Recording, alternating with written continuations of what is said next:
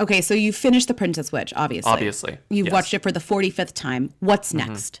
What's next? Well, probably I'm going to do a 180. I'm going to go with Bird Box, which is just like The Princess Switch if The Princess Switch were a thriller starring Sandra Bullock and only one Sandra Bullock about an apocalyptic event where you have to shut your eyes or else like the things that you see will make you want to take your own life. I love a balanced diet. I know. Sometimes you need like a very holiday fluff. Sometimes you need like a thriller that will keep you on the edge of your seat. Starring a cast. Sandra Bullock, Trevante Rhodes. Well, you know Sandra Bullock. Trevante Rhodes, star of Moonlight. Sarah Paulson, Miss Sarah Paulson, Twitter queen. Did you see her say no to being the Oscar host on Twitter? Yeah, she's a meme now. No. Yeah, she's a meme. I love that she's a meme. No. John Malkovich. And it was directed by Academy Award winner Susanna Bier. Nice. So we got a lot of Academy Award winners in this thing. And it's great. And once you're done, just watch Princess Switch again. Just make a nice Princess Switch sandwich of this. Watch the new film Bird Box right now on Netflix. This is a HeadGum podcast. You will dream it. Yo, they want to know. Hey. Real. Hey. Real. Come on. Hey. I want to be famous. Welcome to Who Weekly, the podcast where you'll learn everything you need to know about the celebrities you don't. I'm Bobby Finger. I'm Lindsay Weber. And this is another fantastic episode of Who's There, made even more fantastic because, guess what? We have a special segment this week. Well, special because we fucked up last week, or this week. Earlier this week, we fucked up and forgot our most iconic segment. Let's just go ahead and play the call. Hey, long time. I just finished listening to Tuesday's episode, and I'm kind of at a loss. What's Rita Ora up to? Tons of people want to know, and you just left us hanging. Anyway, thanks. Have a wonderful week, and good form, Bella Thorne. Bye. What was she wearing? Where was she seen? She posted what on Instagram? She's the Who Queen. Tens of people want to know all about the number one Who. Lindsay, Bobby, tell us now. What's Rita Ora up to? Who is this woman? Okay, so what is Rita Ora up to? I can't believe... I'm more, like, mad that we forgot a segment we've done, like, 400 times, but... 400? 500? I mean, that's honestly more of what Rita's up to than what Rita's actually up to, is that, like, Who Weekly forgot the Rita Ora segment for the first time in, like, 45 years. The Sun reported that Rita Ora's, quote, lovely accent inspired Margot Robbie's scheming assassin, which is great because that is really bringing in somebody I didn't expect to deal with Rita Ora, and yet here she is saying that a friend of mine, Rita Ora, I think she has a lovely accent, so I pulled a bit of reference from her voice. Margot tells metro.co.uk. When Who's collide. Well, Margot's doing an impression of Rita on her newest show, her newest movie. But what is the movie? She's playing an assassin? I don't know that movie. I was really hoping that it was when she played Queen Elizabeth. Well, that would be... But Rita is posh. I don't think Rita has the palace accent, though. But she is posh. What do you call that? The Queen's English? Yeah, I don't think Rita's accent is quite that crazy, but she does speak with a very posh accent. It's a lovely accent. From what I according heard. To Margot. Right. So Margot did a Rita impression. I hope one day Rita does a Margot impression. I would love to hear Rita's Australian accent. I know. I hope she's in a movie where she plays an Australian assassin. That would be wonderful. Rita plays Australian assassin. Yeah, it would be. Also, there was a really, really good Daily Mail article about Rita this week. This is the best thing she's up to. This is honestly one of the best things of the week too. Is that Rita? So the premise of the Daily Mail piece is Rita Ora looks glum as she grabs a coffee before heading to £30,000 pound a year gym in London's Notting Hill. And so the idea of this piece was, how could Rita be so upset looking, meaning just like photos of her where she's like not smiling, if she belongs to a gym that's so expensive? So in a cool neighborhood. So this writer's like, I can't believe that Rita Ora looks so upset even though she belongs to this really expensive gym, which makes me think that this writer is desperate while she's drinking to belong to this gym. drinking coffee. Well, that's the second part, right? and she belongs to an expensive gym, and she has the nerve to look glum. But then there's a really good twist that you noticed that is my favorite part about this. Well, let me just read to you my favorite photo captions, because the article really, the narrative of this piece really takes place in the photo captions. As it usually does in the Daily Mail. Right. And so, like, instead of it being in the text of the piece, if you just read the photo captions, you'll get, like, a general sense of what's going on. So let me read my favorites that I pulled from here that kind of, these are in order of how they come in the Yeah, they're in article. chronological order, yeah. Okay. Bored. The fact that Rita's gym is the 30K pound a year bodyism in Notting Hill didn't seem to be motivating her any further, as she cut a glum figure at a cafe on the way. You can't cut a glum figure, by the way, but go on. I have no idea. You okay, hon? Slumping over her drink, Rita, 27, was seen with her head in her hand, looking irritable and cheesed off. Cheese. Next. Cheesed off. Fuck, he reused it. Cheesed off. Cheesed off. The fact that Rita's gym is 30K pound a year bodyism in Notting Hill didn't seem to be motivating her any further. Jesus Christ. Then it gets good because Rita has a cup of coffee and everything changes. Coffee number 2. She ordered a second coffee, this time a takeout to disappear off with. This is the twist. This is the turn of the story. And now, this is the conclusion. Woke. Her shot of caffeine appeared to help perk up the Lonely Together songstress. Which, I mean, coffee made her happier. Could she Coffee be made her happier. Could she be any more just like us? It's like Rita Ora doesn't want to go to the gym. Rita Ora gets a second coffee and she looks a lot more awake. Like, have you ever felt more related to Bobby? No, I actually never have. But it's just so funny how, like, this narrative that this person crafted was based around the fact that how dare Rita Ora look not thrilled because she belongs to such an expensive gym. When going to the gym is miserable. Yeah. You know? It is. So you would look mad if you knew you had to go. I mean, working at the Daily Mail is nonstop creative exercises because you're just given reams of photographs and you have to construct a narrative based only on the photographs. And so it's like really fun. It's almost like, what is that? The Iowa Writing Workshop. That's what it is. These are the finest writers of our time. And I don't think that they get the credit. You could go get an MFA, you could go to like some like prestigious writing workshop, or you could just work for the Daily Mail and you will be getting your creative bones or your creative muscles exercised to that extent, I think. It's journalism and literature, which I think is a really great cross-section. It's beyond journalism. Yeah, it's truly in its own realm of celebrity fiction, celebrity novels, celebrity creativity. It's great. The Hollywood bigwigs right now they're poaching stories from podcasts. Pretty soon they're going to be poaching stories from Daily Mail captions. I think If that's they were the new smart, trend. they would be. If you listen to us, you'll look right in those captions and you'll say, "Oh, a movie about a woman who doesn't want to go to the gym but then drink coffee and feels better." And Signed. Pascal's like, "I'm paying $20 million for the rights to this." Rita Ora will play herself and she will do an Australian accent. Genius. Okay, so we're done with Rita, which is great. Next call, which is more of It's a comment. Here we go. Or just an update. Hi, Who Weekly. Second time, medium, long time caller. Comment on Billie Eilish. I think the most interesting thing about her is actually her brother. His name is Finneas O'Connell. You briefly mentioned him, but he is also a musician, does all co-writing with her as her producer. I think he's the one that really shapes her sound and vibe for her songs. But he was actually on Glee as a major recurring character for the last season, where they brought in 5 new people and they were they're here, and kind of ignored them, but gave them some minor plot lines. But he was on Glee, quickly forgotten, but also there. So he's an actor, musician. He has a solo project that's kind of good, kind of the same kind of music, but a boy singer. He usually performs with her live. Finneas O'Connell, I think he's the most interesting part of Billy, and it's kind of the brains behind it. But we'll see. Anyway, good form, Bellathorn, bye. I really like this because it does 2 things for me, which is give me an alternative story of this person. Her brother, who's actually been around longer and is kind of the one who's voice is kind of being heard through her. That's one. Two, reminding Not to me, discount her own voice.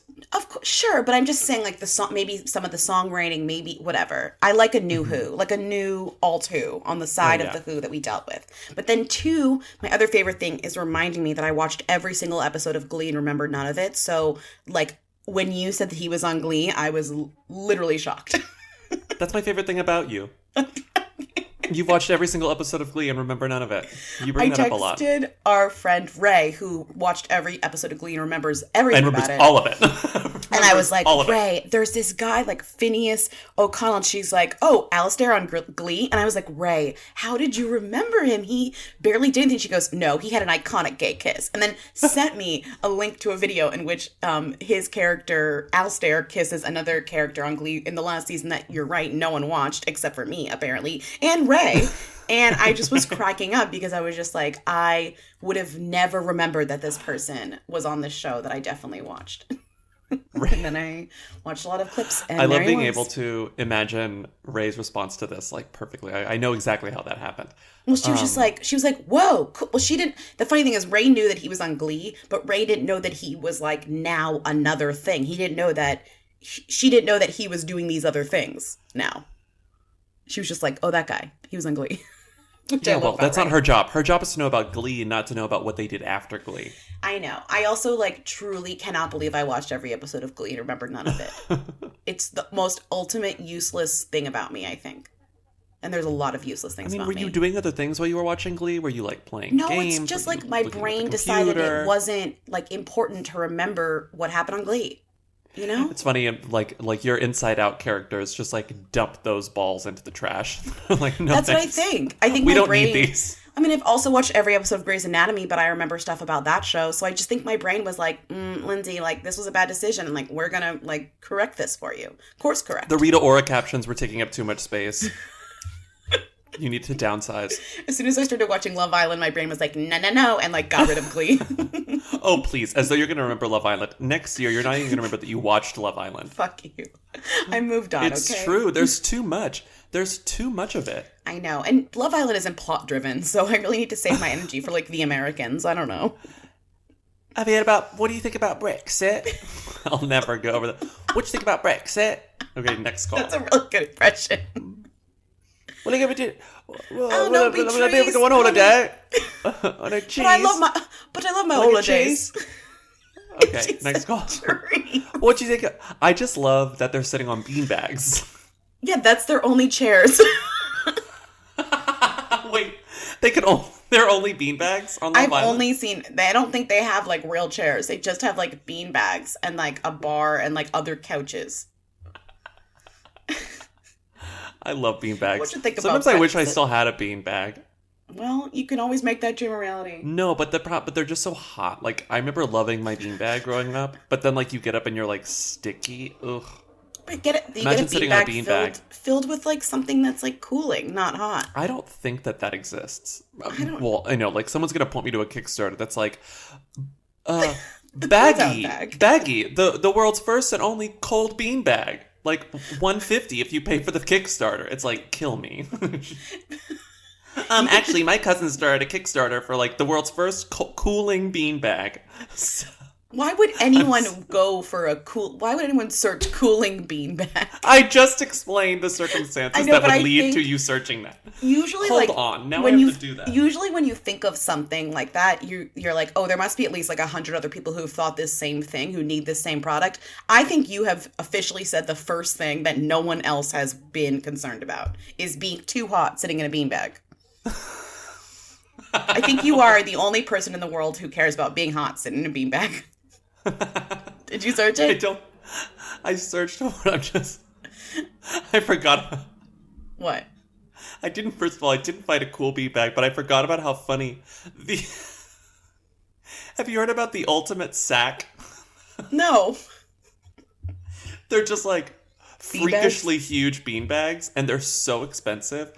They're like $600. Yeah, but they're on sale. Those things are for like if your parents have a house and they have like a big basement, and you're like, the basement's like too big. What are we gonna put in the basement? Like a couch is too small for the basement somehow, so you just get like four huge beanbags. What?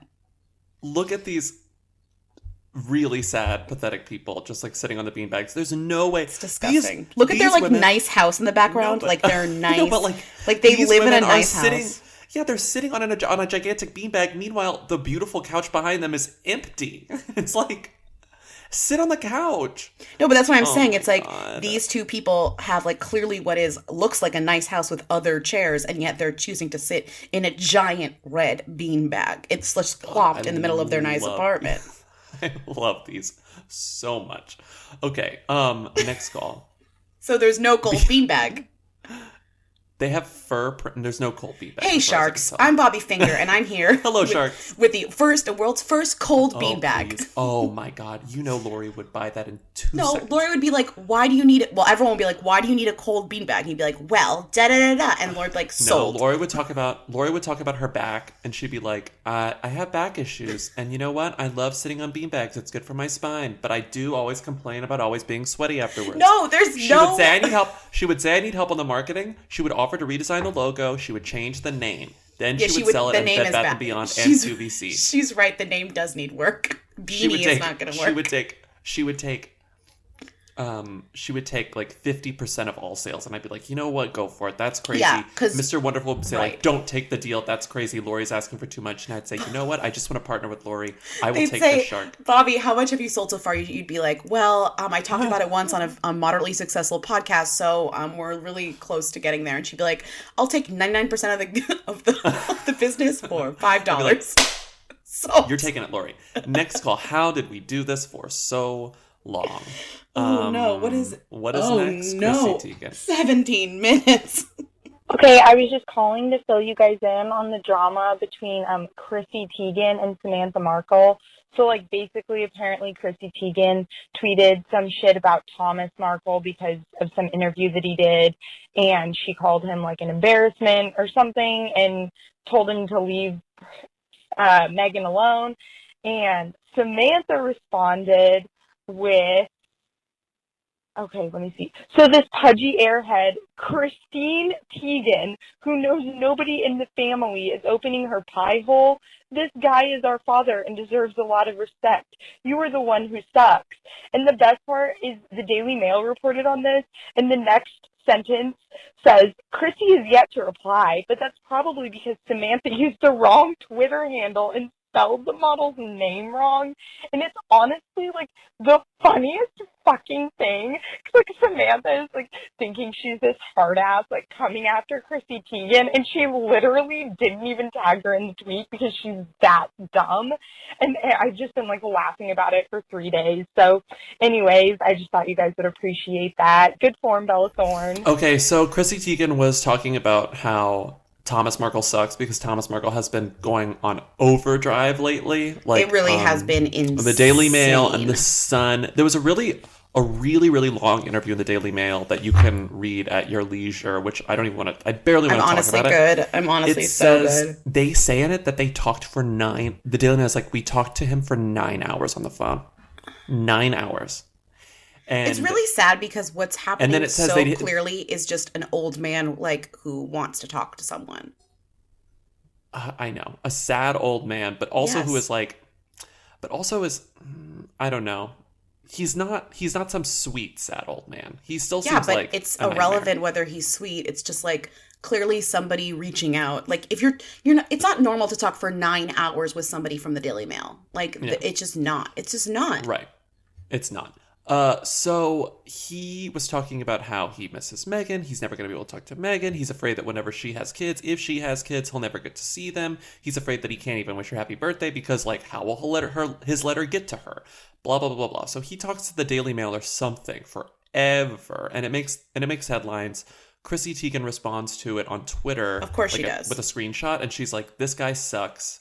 What's wrong with him? Let your daughter be happy, please. This is embarrassing. Right, so someone told Samantha about it, and Samantha has a private Twitter account, which is interesting. I don't follow her. We should probably request and see what happens. So she has a private Twitter? She has a private Twitter account. What's she doing over there? She's doing this. Doing this. That's true. So she has a private Twitter account. It's Sammy Markle 64, which is very funny. Sure. And she screenshotted the People headline, Chrissy Teigen slams Meghan Markle's father over embarrassing comments, this guy sucks. Samantha says, so this pudgy airhead at Christine Teigen, who knows nobody in the family, is opening her pie hole? Quote, this guy is our father and deserves a lot of respect. You are the one who sucks. Funny thing is, and why the caller called and why the caller was laughing so hard, which is so funny, Christine Teigen is not her handle. Of course not. Chrissy never saw it, and if she saw it, she's not going to respond to this. So, poor Samantha Markle. Also, if you're private and she doesn't follow you, she can't even see it to begin with. So, Samantha, figure out how to use Twitter. This is very funny. It's just lots of people yelling at lots of people. Chrissy Teigen just flipping through her tabloids, just saying stuff, too. Like, I don't even think... I don't know. I mean, I wonder, and I guess if the answer is yes, but it's like, does Chrissy Teigen realize that, like, and not that she should stop saying stuff, but whenever she says literally anything about any other celebrity, people are going to talk about her saying that thing about that celebrity. Like, that's going to be a headline. She knows that. She's talked about that herself. She's been like, why does everything I say make news? And it's like, because it does. Because people are interested and because people always click. And if people always click, people are going to keep doing it. And it's like, don't act like... She's trying to pretend like she's very naive and doesn't understand why this happens. But it's like, this happens because you're famous. And you're famous because you desperately wanted to be famous and got famous. So it's like, right. You don't really get to complain. You have to understand that if you are going to tweet something, people are going to see it and write about it. Especially if you're starting shit with someone who is also famous. And not only famous... royal adjacent, so it's international attention. It's just like, Chrissy, you want this, and I refuse to believe her if she says she doesn't want it. It's just weird that we have the incident, the tabloid report, and then the Chrissy Teigen take on literally every piece of like information that now happens, like in our world relating to celebrities. I personally love having the Chrissy Teigen take. I have no problem with Chrissy Teigen, but I think it's really silly when she's like, I don't get it. Like, why do people write about me? I just feel like she is one of those people that like is smart and knows all this stuff on a meta level, and it's just funny to watch her be confused by the easiest part. Yeah, whatever. Which is why I don't buy that. She's too smart to not know why. I want her on this fucking podcast, I'll tell you that. Chrissy, if you're listening, come on, just talk to us. It's I just fun. want to hear, like, talk about these decisions.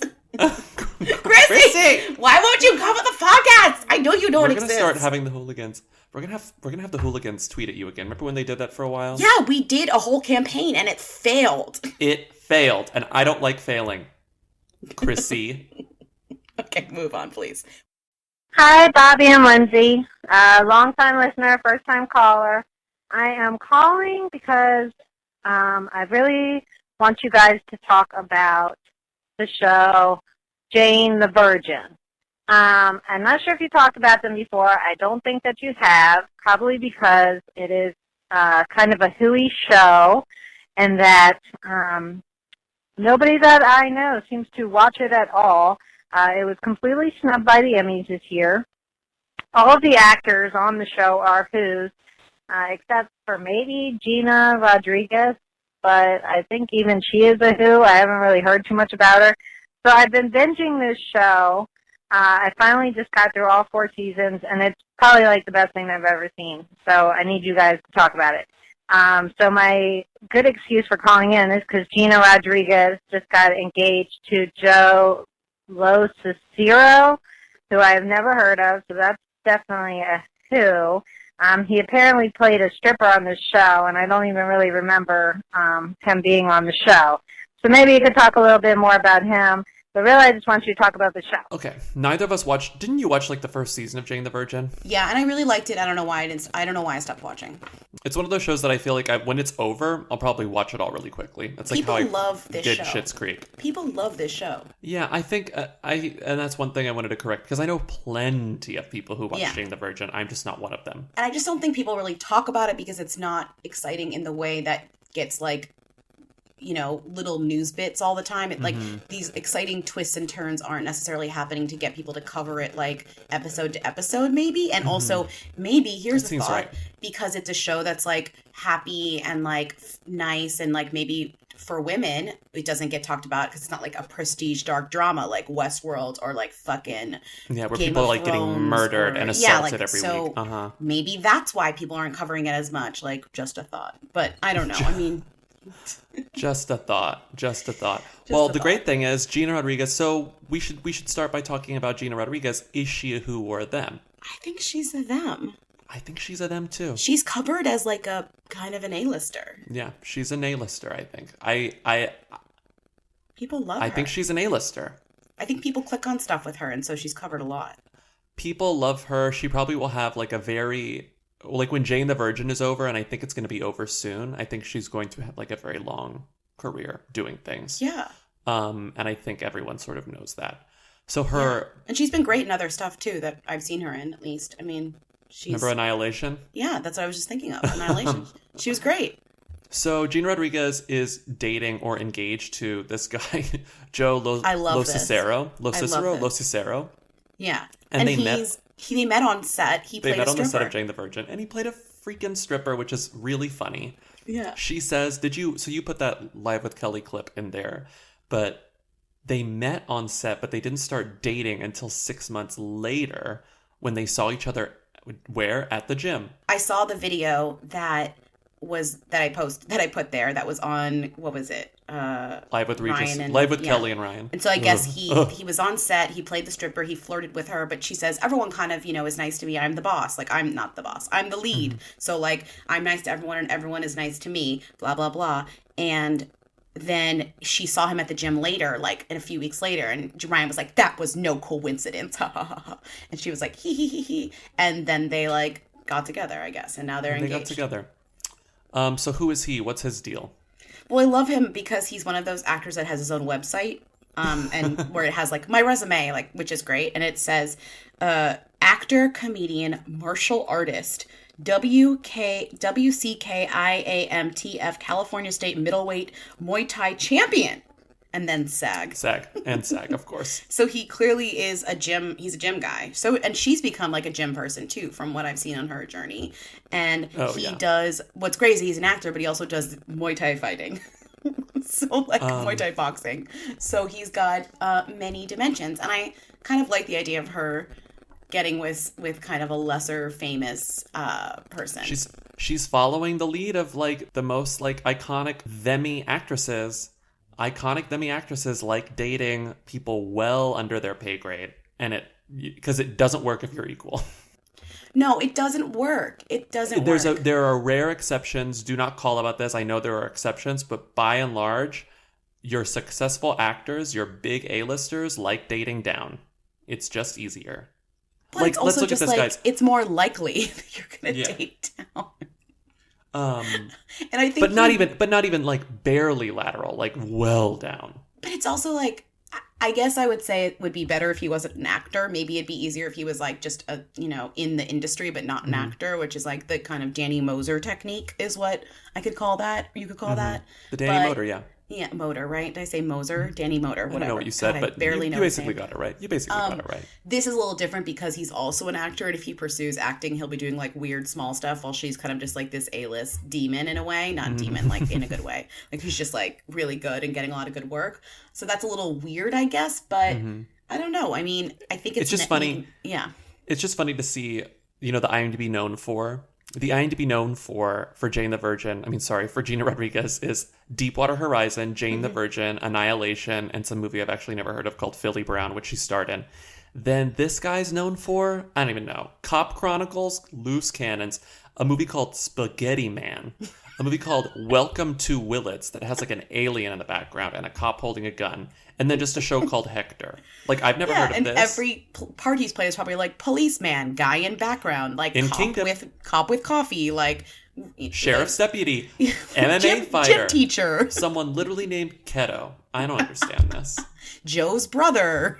In Hector, he played someone named Goon 1. Yeah, see, hey man, this industry is friends with no one. Meanwhile, I forgot, Jane the Virgin, Gina Rodriguez, is going to be fucking Carmen Sandiego, which is very cool. No, she's cool. I think she's big. I think she's people really care about her. I think Jane the Virgin, the show, is a little bit under the radar in terms of like people talking about prestige television. People care but about like her. I don't know, this doesn't say anything, but like Vulture does these TV awards every year, and they gave Jane the Virgin the best TV show award like last year. I'm just saying, like, people who care about TV on a micro level love this show, and a lot of people just watch this show already. It's kind of like Modern Family. It's already like in their vibe. It's already in their routine or whatever is what I mean. Okay, next call. Hi, Lindsay and Bobby. Question for the podcast. How do Jonathan Van Ness from Queer Eye and Doug the Pug of, I guess, Instagram fame know each other? It was just announced that he is going to be officiating the wedding of Doug the Pug's owners, which I guess Doug the Pug is also going to be in the wedding because he probably supports the livelihood of both of them. So anyways, how does Queer Eye know the Insta Pug? Okay, thanks. Good morning, Bella Thorne. Doug the Pug posted an image of him with a speech bubble that says, JVN, will you officiate my parents' wedding? Doug. Also, you Who don't is need to Doug put the Pug? You Like, don't need to what's put, happening? You don't need to put hyphen Doug when it's coming out of a voice box, like a speaking box. That's really annoying. Doug the Pug is just an internet famous pug who got famous like around the time when all those animals were getting internet famous in 2012. But he's he's like next echelon. He rode it really to the top because this dog has like a Claire's line. I saw, like, I was looking around. He's crazy. Like, his videos have over 10 billion views. His Facebook page has 6 million likes. His Instagram and Twitter accounts have like millions and millions and millions of followers. He's been seen with every celebrity. They all take photos with him. And his parents, obviously, they don't do anything else. His parents are humans, if you didn't know. Their names are Leslie, and first of all, the guy's name is Rob. As you pointed out, I'm annoyed that this couple is straight. I was shocked. Honestly, that was the big twist. I was like, oh, Jonathan Van Ness, like, is officiating his, like, gay friend's gay marriage. Like, here we go. Like, sure, great, makes sense. And then it was, like, some woman. I was like, what? Sorry, I was blown away. Cis straight pug owners. I was just blown away. Love is love, we love it, but also like, come on, Jonathan. I guess to be fair, like the Instagram with the speech bubble is kind of implies that it's a straight couple. To me. I guess. But My the problem with this, what's your favorite thing? Well, we should answer the question first. The answer is we don't know how they know each other, but we have been trying to find out. I'm so stressed out about this. Like, I'm really stressed out We thought we could find out. We didn't. So we straight up asked Jonathan Van Ness, how do you know Doug the Pug? And we're hoping to get a response. I don't know how. But I guess it's like, I just wanted to know how he knows the owners. Like, they must go further back than just, like, Doug the Pug is a famous dog and he met the dog once. Like, I think he knows the owners from, like, high school or college or something, or one of them. Maybe the woman. Something Midwestern or Southern. I don't know. Because Jonathan is from the Midwest. This woman is, I think, from Chicago, but she currently lives in Nashville. Maybe there's a hair connection. Maybe they only met once at a party and they hit it off. Who the hell knows? I don't think so, though. I don't think so. And also, like... It's fully possible that they've never met. Like, maybe he did one thing with the pug once, and then they were like, let's see if this will work. Like, I wouldn't put it past either of these parties. That would be truly bold. But it gets you good press. It gets just both sides good press. Just because you have a famous dog. Just because you have a famous dog, you get, like, any celebrity you want to officiate your wedding. Who was talking about that recently? Oh, God, what was that interview? It was an interview with someone who was like, when I first got famous, I realized I could just call people and ask them out to lunch. God, who was that? Lena Dunham? No, it wasn't Lena Dunham. I want to say maybe it was like Janet Mock or something. But it was a really funny and insightful interview. And the person was like, when I got famous, I realized that I could have my assistant just get another famous person's name and ask them out to lunch. And they asked someone out to lunch and they became really good friends. I don't remember who it was, but I can find this is like how Justin Theroux met Jonathan Van Ness also, which I cut out of the last episode because it was boring, but he just DM'd him. Justin Theroux DM'd Jonathan Van Ness and said, like, hey, I want to come over and, like, that gives credence to the theory that this woman just asked him to do it, and he said sure. Jonathan Van Ness is apparently just a nice guy. I guess there's got to be a closer connect. Whatever. Maybe there's not a closer connection. Maybe you posted the most honestly disgusting photo I've ever seen in my life, which is her hand with the ring on it on top of his hand, and then the dog's paw like gently resting on her hand. Disgusting. And then I thought about this, which is like, I guess kind of dark, sorry, but like, this dog is their job. Like, what happens when he dies? I'm sorry. Like, then they have no job. They all quit their jobs to be this dog's parent full time. I'm pretty sure they make a ton of money. They do, but what happens when he dies? Then they go back to what they used to do, and they have a huge nest egg. I don't know. He's probably like an art director, and she probably is like a food stylist. I don't fucking know. I'm just saying they will be okay. These famous animals stress me out because these are not life insurance policies, and these animals, I'm sorry, like they die, and then you're like, ooh. They're making so much money. They're going to be fine. They'll have a safety net. Okay, I'm just worried about this. Also, don't worry about these people. There's so many other people to worry about. Do not worry about these people. My favorite thing about this couple, I'm sorry, caller, we couldn't answer your question. I know. Is that I feel bad. So there's Doug the Pug's. There's Doug the Pug's account, which is its own different thing. Then there are the owners have their own private accounts, and those private accounts have like a decent amount of followers, but nothing near the number of followers Doug has. Like Leslie has 83,000 followers. Rob has 40-something thousand followers. Whatever. Significant, but not huge. The best thing about the photos with them, did you see the captions I put in here? When there are photos that Leslie posts of her, Rob, and the pug, she's usually taught. The captions are things like this. Everywhere we go feels like home because of you, heart. Or, I wouldn't be me without you, and I'd never feel complete without us. Of all the people in the world, the universe put us together to create, love, and grow. It's really funny. Is that about the dog? Is that about the dog? Or is that about the husband?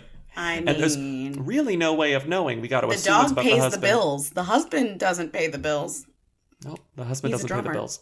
Oh, he's a drummer. Perfect. Right. So the dog is the moneymaker. Perfect. I'm just saying, take out a life insurance policy on this dog if you can. That dog is insured. That dog is insured to a crazy degree, I'm sure. Whatever.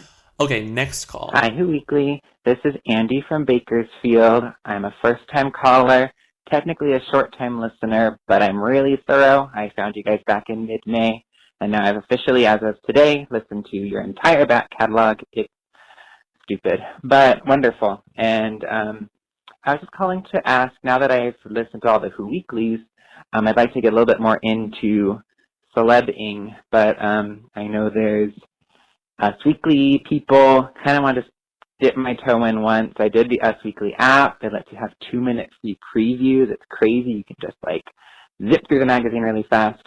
I'm a People Legacy. My mom's been reading that since before I was born.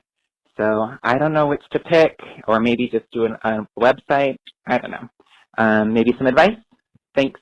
Good form, Bella Thorne. Thank you for listening to all of our episodes. Welcome to our world of trash. That always blows me away that people are willing to not only listen to us once, but to go back and listen to everything, like every deranged episode that exists in the back catalog. How Half insane. of it I don't remember, like Glee, like what I said or what my thoughts were. So what are the important websites to follow or publications what to do read? you read?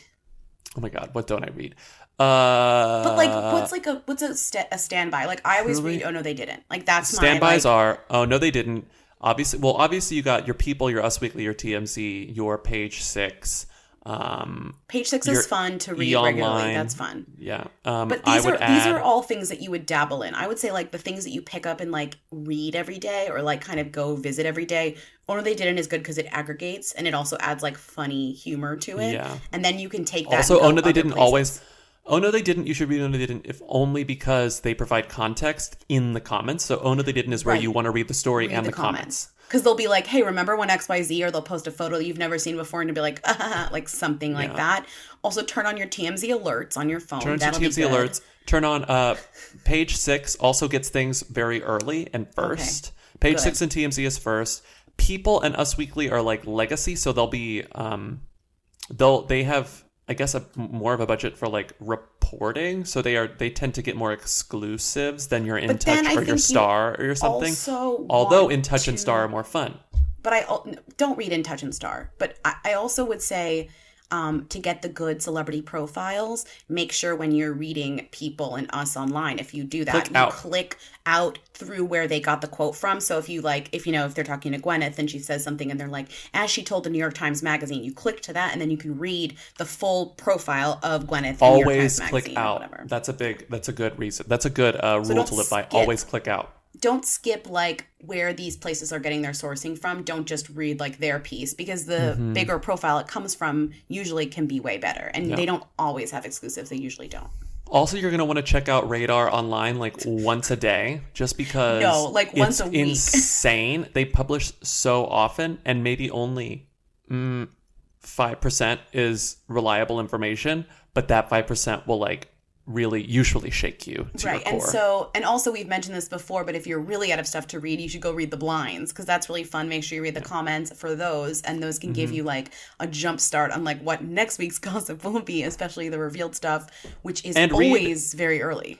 And read Daily Mail US Showbiz. So go to dailymail.co.uk, click US Showbiz, and then just read all the headlines. Read the sidebar. Read the headlines. Just read the sidebar of headlines. Don't really click unless you want to see the photos, but you don't need to click really. That's what I ingest. And I think, if you're going to subscribe to something, we subscribe to Us Weekly. It's fun. It's questionable if you don't like where your money is going, which I totally understand, and even I feel sort of disgusting about it. But it's People's part of the Fun job. is the only one left that's not part of that evil empire.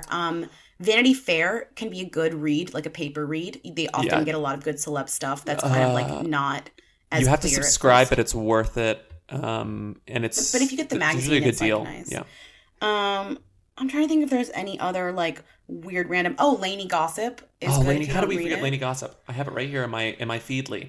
Oh, and also just get a Feedly and then subscribe to all these websites. And then like me, I just have like one feed with all my gossip, and I scroll through and I have it all, and it's wonderful. I mean, you need a he's Feedly. trying to read for fun, not for like what we're trying to do, which is like find the stuff. But like if you're casually reading, like if you're casually like scrolling through Us Weekly and that's the experience you like, I would say like Vanity Fair is a fun magazine to get like in paper and print, and maybe Hollywood Reporter if you're into that. EW is kind of light but can be fun-ish.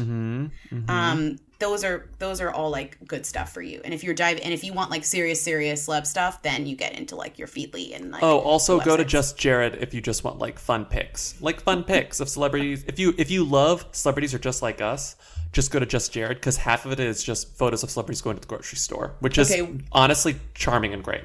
Okay, we are over. We gave some good advice, but we need to do our last call. We need to do our last call. Here we go. Hey, Lindsay and Bobby, long time. I'm just calling to point out that Dove Cameron posted a picture of her daytime Emmy and tagged the Academy to thank them. And I clicked the Academy Instagram, and it is very, very clearly the Oscars. I don't know, but I'm pretty sure the Oscars don't give out daytime Emmys. Just, an observation. Anyway. Can we pop a card, Joe? That MacBook. Before we tackle this, can I just add on one thing that I forgot? You should watch Wendy Williams' Hot Topics on YouTube the next day. That's it. Oh, God, of course. Yes. Yeah. That's a fave. Like, Wendy don't watch Wendy Hot Williams, Topics. but watch the Hot Topics on the They're always on YouTube. You can put them up. It's the best. Yes, please. Okay. Now on to this mess. This is a mess. It's a mess, but it's also short and easy and really funny and stupid. So Dove Cameron, can and who. Who is Dove Cameron again, Lindsay? She's like a young actress. She's on Liv and Maddie on the Disney Channel, which you would have known of. But she kind of had like a moment when she was in the live Grease musical on Fox. Oh, yeah, she was in that. I forgot that. That was like a moment. She definitely is like poisoning herself to be like the next like Amanda Seyfried and stuff. Like she sings. Is that how you say that? I don't think that's how you say that. I say it wrong every time. How do you Seyfried. How do you say Seyfried? I thought it was Seyfried. Whatever. I'm just Seyfried? saying. Oh, God, no, I don't know. You know who I'm talking about. Mamma Mia. Anyways. The iconic 25-year-old in Mamma Mia. Here we go again. Yeah, the iconic 25-year-old that's not Lily James. Okay. Anyways, Dove Cameron, she's like a thing. She always posts photos of herself and she looks like Poppy. Like she looks like real life Poppy. McCain, Yeah. Anyway, she won a Michaela. Daytime Emmy this For year. Outstanding Performer in a Children's, Preschool, Children's, or Educational and Informational Show as Liv and Maddie Rooney in Liv and Maddie Call Style. Kelly style. Seems like she plays twins, so that's a demanding role. That's a big role. That's a lot of work for a young Daytime actor. Emmys are kind of the like the only thing worse than a Daytime Emmy is like a People's Choice Award. Yeah. Daytime Emmys are chocolate covered. I mean, are gold covered chocollet. Right. Honestly. They're not televised. Or it's like you have to subscribe to like a weird channel to get your Daytime Emmy coverage. Right, and you also need to like pay to get your Daytime Emmy award. Anyways. And you also need to be up. You need to be watching TV in the daytime. Which, to be fair, I sometimes am, but it's not like daytime TV. It's like nighttime okay, TV. so she Instagrammed this. I mean, honestly, it's her first Emmy. She should have taken a better photo. It's a terrible photo of her Emmy, and it says, "Look what just came in the mail. So floored and grateful. Thank you at the Academy. Doesn't feel real." Problem is, she didn't tag the Emmy Academy, like the Academy of what is it? Daytime Emmy Television Arts and Sciences or whatever. She tagged the Motion Picture Academy. So you click on the Academy and it says Home of the Oscars. That's the best part. Honestly, of the Oscars. If this wasn't entire feed is people holding Oscars, and she's like, "Oh, thank you." If this wasn't like an earnest post, I would think it would be a really good joke. Like if she wasn't so clearly earnest about this and did it by mistake, I would be like, "That's a really good joke." To like post just like an award, but then you're like call it an Oscar. Thank you, the Academy. Thank you, the Academy. Anyway, that's really funny. What a fun call to end on. Please keep calling 619-WHO-THEM if you have any questions or comments. It's so much fun to listen to you all. Call in. We had a lot of calls. Like, I felt like we had more calls than usual this past week. Well, you put like 30 calls in the maybe pile, and I was like, this cannot be. I don't even mean the calls in the maybe pile. I just mean in toto. No, I know. We had so many calls between. You guys, we used to be able to like listen to them the day of and like get through all the calls and be like, okay, we just listened to like all the calls that came out in the past like week. And now it's like you have to start listening really early on because we can't get through all of them. Too many calls. Not a complaint. I love it. I would love more calls. I love it. It's the best. So keep calling. Buy tickets to our August 16th show next Thursday. It'll be great. It's not next Thursday, bitch. It's the Thursday after. Yeah. It's in 2 weeks. It's 2 weeks from yesterday. That really would freak me out if it was next Thursday. It's 2 weeks from yesterday. Oh my God, you're going to love it. And we will see you Tuesday with another brand new episode. Have a great weekend. Bye. Bye. You will dream it. Yo, they want to know. Hey. Hey. Come on. Hey. I want to be famous. Hello. I absolutely try to avoid call-in cliches at all times, but I had to pause the episode, Tuesday's episode, because you're about to talk about Bad Baby and Bella Thorne, and you were apologizing for always talking about Bad Baby and Bella Thorne recently. But honestly, like, that's why I'm here.